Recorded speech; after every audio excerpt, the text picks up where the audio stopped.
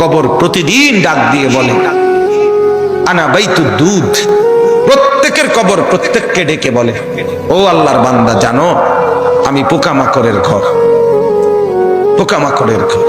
তুমি তো সেই বান্দা যে একটা মশা কানের পাশ দিয়ে উড়ে গেলে তোমার ঘুম বন্ধ হয়ে যায়, চোখ মিলে যায়। একটা মশার গুনগুন আওয়াজ সহ্য করতে পারো না। একবার কয়েল, একবার অ্যারোসোল, একবার মশারি, এরপরও তুমি চাও যে একটা মশাও যেন আমার কানের কাছে গুনগুন না করে।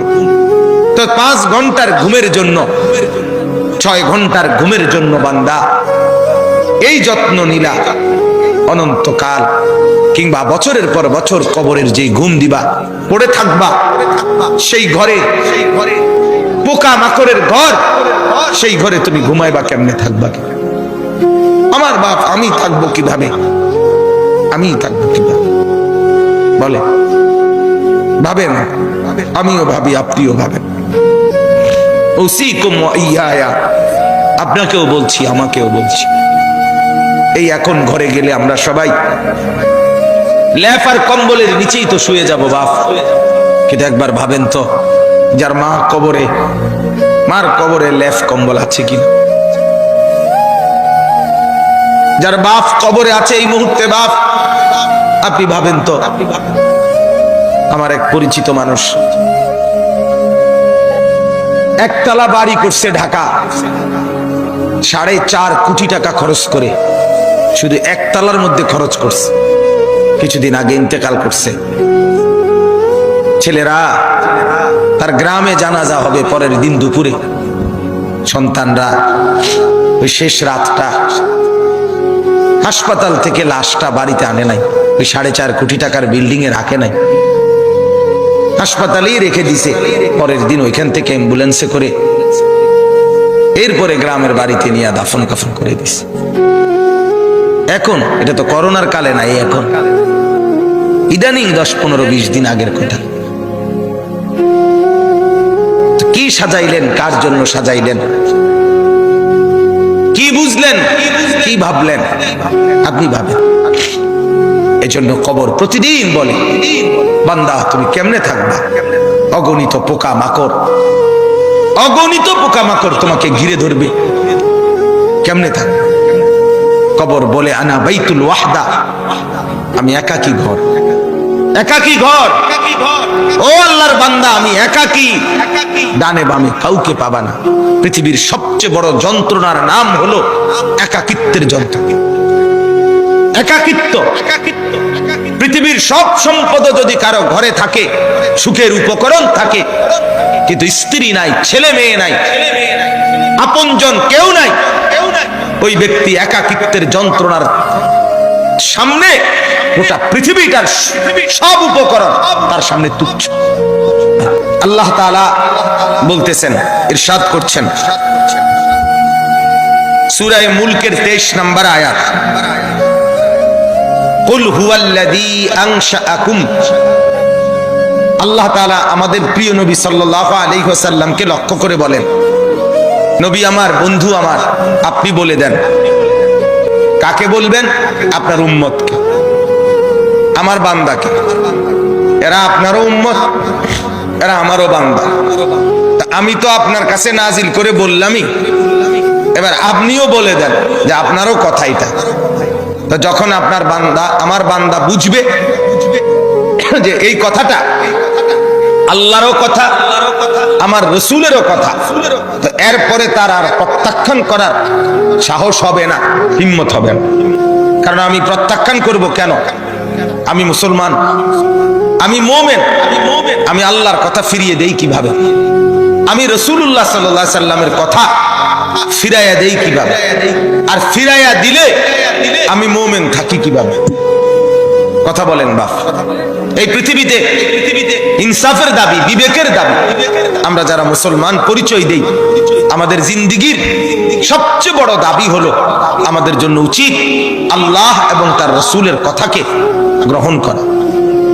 কিন্তু বড় আফসোসের ব্যাপার হলো আমি আপনি সবাই সবচেয়ে বেশি প্রত্যাখ্যান করি আল্লাহ এবং রাসূলের কথা। সামান্য থেকে সামান্য ব্যক্তির কথাও এক ডাক্তার বলে দিছে বাঁচতে হলে আর কোনোদিন মিষ্টি খাওয়া যাবে না, 30 বছরের জন্য মিষ্টি খাওয়া ছেড়ে দিছে। এক ডাক্তার বলে দিছে বাঁচতে হলে আর চিনি দিয়ে চা খাওয়া যাবে না, আজীবনের জন্য ছেড়ে দিছে। আমাকে বাঁচতে হবে। তাহলে আপনাকে যদি শুধু হায়াতে বাঁচতে হয়, আপনাকে তো জাহান্নাম থেকেও বাঁচতে হবে। কথা বলেন না কেন? দুনিয়াতে যেরকম আপনি চাচ্ছেন আমাকে বাঁচতেই হবে, অতএব কষ্ট হলেও মিষ্টি খানা ছেড়ে দিলাম, চিনি খাওয়া ছেড়ে দিলাম, তা আপনি কষ্ট হলেও আপনাকে তো জাহান্নামের আগুন থেকেও বাঁচতে হবে বাপ। তো সেই জাহান্নামের আগুন থেকে বাঁচতে হলে আল্লাহ এবং তার রসুলের নিষেধগুলোও তো ছেড়ে দেওয়া উচিত, গুনাহ তো ছেড়ে দেওয়া উচিত বাপ।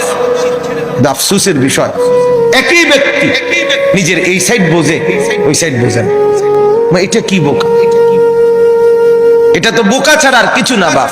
আল্লাহ তাআলা বলেন, বান্দা তোমরা তো ভালোই বুঝেছ দুনিয়ার জীবনের উপরের অংশ, কিন্তু তোমরা ভুলে তো গেছো তোমাদের আখিরাত।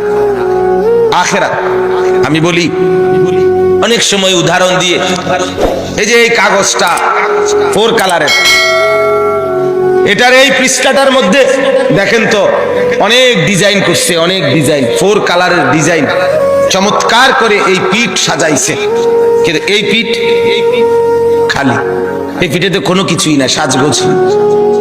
তো আল্লাহ তাআলা যেন বলছে, বান্দা মাটির উপরে তোমার যেই ঘর, সেই ঘর তো খুব সুন্দরভাবে সাজাইলা, ইট বালু সিমেন্ট, ময়মনসিংহ থেকে বালু আনছো, সিলেট থেকে পাথর আনছো, 1 নাম্বার ইট 1 নাম্বার বালু, এরপরে টাইলস, এরপরে খাট পালং sofa furniture, fridge AC, dining table, চায়ের কাপ, কাচের প্লেট, লবণের বাটি, অত্যাধুনিক সাজে পুরা ঘরটা সুন্দর করে সাজিয়েছ। বান্দা এই পিঠ তো খুব সাজাইলা, তো তুমি কি জানো মাটির নিচে তোমার আরেকটা ঘর আছে, সেই ঘরের নাম তো কবর। আমার বান্দা আল্লাহ যেন বলছে, আমার বান্দা মাটির নিচের ওই ঘর, সে ঘর সাজাইবা না, সেটাও তো তোমারই ঘর। কি ভাই, শেষ বেলায় আমার বাপ, আমার ভাই, আমার বন্ধু, রাত অনেক হয়েছে, আমি ইচ্ছে থাকলেও লম্বা করতে পারবো না ভাই, আমারও ফিরে যাইতে হবে, কুমিল্লা ক্যান্টনমেন্ট যাইতে হবে।